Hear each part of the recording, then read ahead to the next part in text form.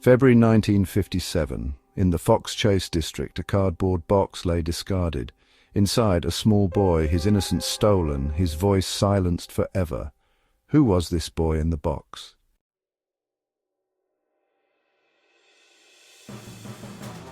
February 25, 1957.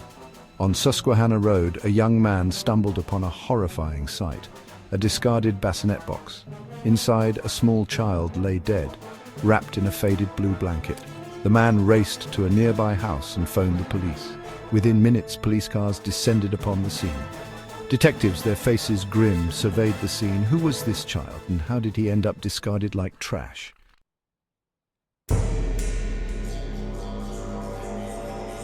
The boy, estimated to be between 4 and 6, lay in the box, his lifeless eyes staring up at the cold sky. His body, thin and malnourished, bore the marks of a life cut tragically short. Fingerprints were taken, but the boy's prints yielded no match. The search for his identity had hit a wall.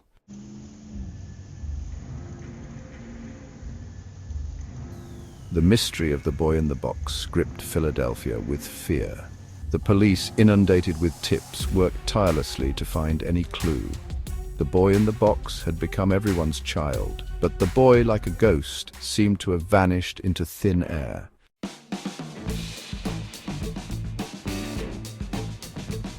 Detectives turned to forensic reconstruction, hoping someone might recognize the boy. The artist painstakingly recreated the boy's likeness. The sketch became the face of the investigation. Thousands of copies were distributed nationwide. The boy in the box became a national obsession.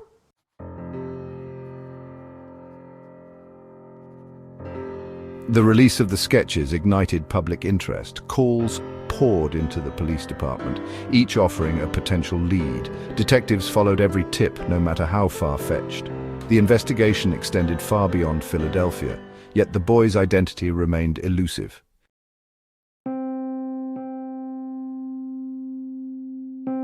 Years passed and the case became a cold case. Every now and then, a new lead would emerge. Theories about the boy's identity swirled like whispers in the wind. Despite the dead ends, the case refused to be forgotten.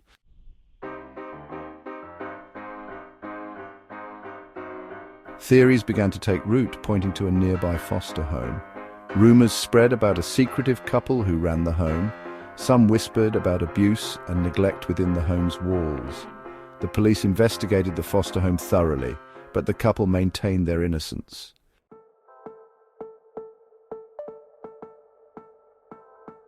The foster parents' stories did little to quell suspicions. A bassinet, identical to the one the boy was found in, was discovered in the foster home's basement. The foster parents claimed it had been discarded long before. Years later, the foster mother made a startling deathbed confession. She claimed the boy was the illegitimate son of her daughter.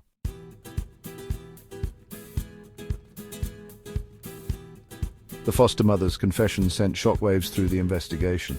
Detectives tracked down the foster mother's daughter. She confirmed giving birth to a son out of wedlock, but insisted he was given up for adoption. The woman recalled wrapping her newborn son in a distinctive blue blanket. The investigation into the foster home connection ultimately proved inconclusive.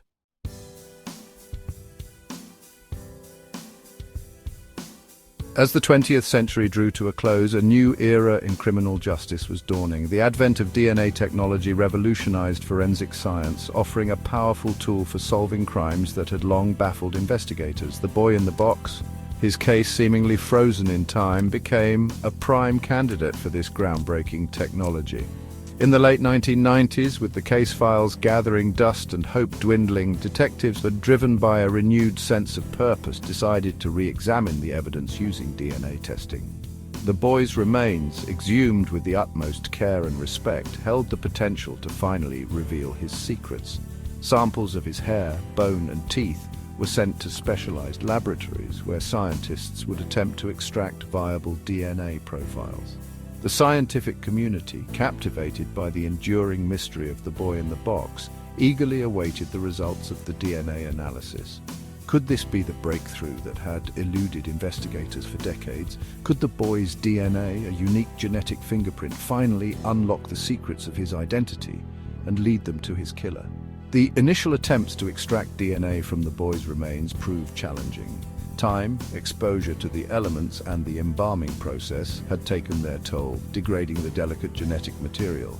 But the scientists, their determination fueled by the gravity of the case, refused to give up.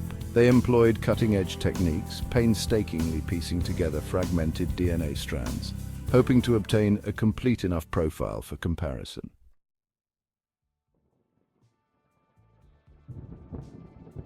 The exhumation of the boy's remains in 1998 marked a pivotal moment in the investigation. News of the exhumation spread quickly, reigniting public interest in the case and offering a glimmer of hope to those who had never given up on finding answers. The boy's body, exhumed from his grave in Potter's Field where he had been laid to rest decades earlier, was treated with the utmost respect and dignity. Forensic anthropologists carefully examined his remains, documenting every detail, searching for any new clues that might have been overlooked in the initial investigation. The extraction of DNA samples, a delicate and meticulous process, was carried out with the hope that modern technology could finally provide the answers that had eluded traditional investigative methods. The samples, carefully preserved and labeled, were sent to specialized laboratories where scientists would work tirelessly to unlock their secrets. The exhumation, though a somber occasion, marked a turning point in the case. It signified a renewed commitment to finding justice for the boy in the box, a testament to the enduring power of hope and the unwavering belief that even in the face of seemingly insurmountable odds, the truth could be uncovered.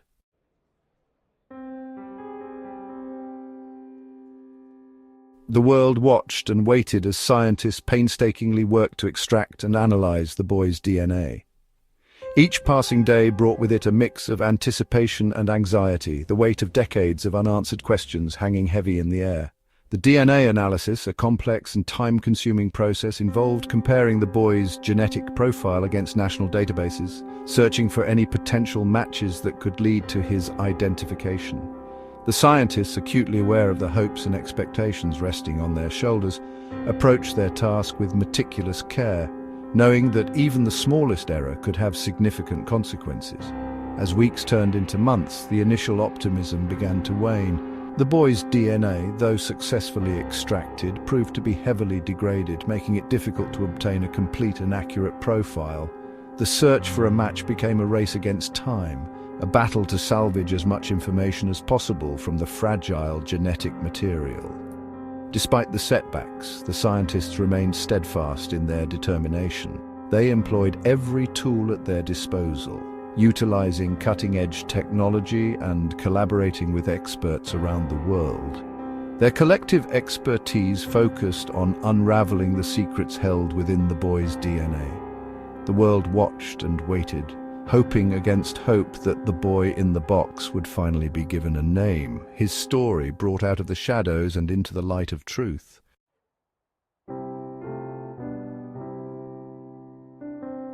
Despite the passage of time, the boy in the box was never forgotten by the city that had unofficially adopted him. His memory lived on in the hearts of the detectives who had dedicated their lives to solving his case, in the minds of the public who had followed every twist and turn of the investigation, and in the silent promise that one day he would receive the justice he deserved.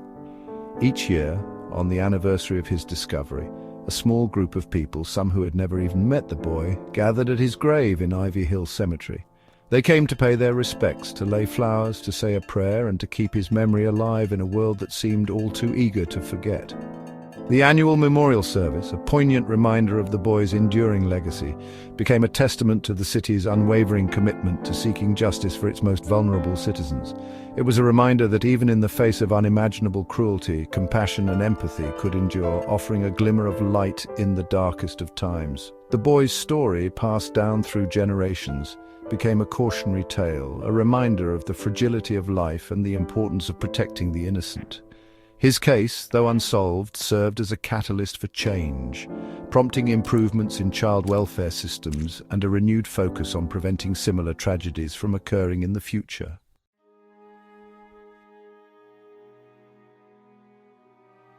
The detectives who had worked tirelessly on the boy in the box case carried the weight of his memory with them long after their retirement.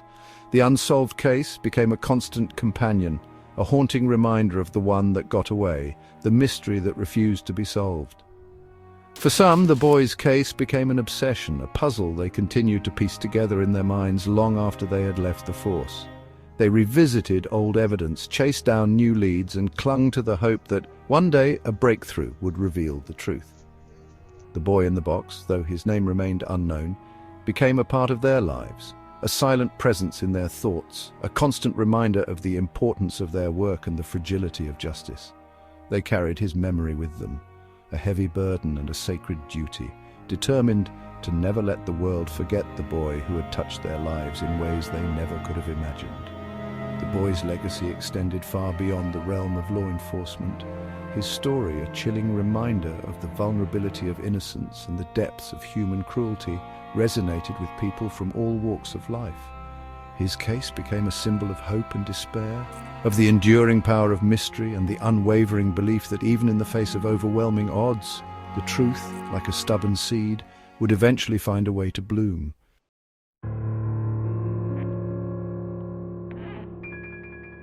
The boy in the box remains an unsolved puzzle, a haunting reminder of the darkness that can't touch even the most innocent lives. Decades have passed, witnesses have faded, and the trail has grown cold. Yet the boy's memory persists, kept alive by those who refuse to let his story be forgotten. He lies in Ivy Hill Cemetery, his grave marked by a simple headstone that reads, "America's Unknown Child." A place of quiet reflection, it stands as a testament to the enduring mystery that surrounds him, the mystery of his identity, the mystery of his killer, the mystery of a life cut short. Though the answers remain elusive, the search for truth continues. Advances in DNA technology offer a glimmer of hope, a chance to finally put a name to the face that has haunted so many for so long. Perhaps one day the boy will finally be able to tell his own story.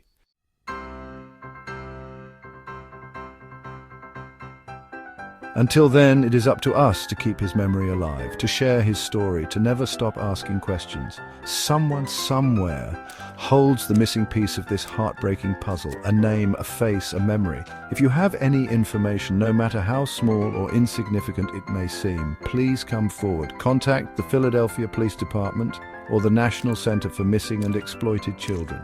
Your tip, however insignificant it may seem, could be the key to unlocking this decades-old mystery. Don't let the boy in the box be forgotten.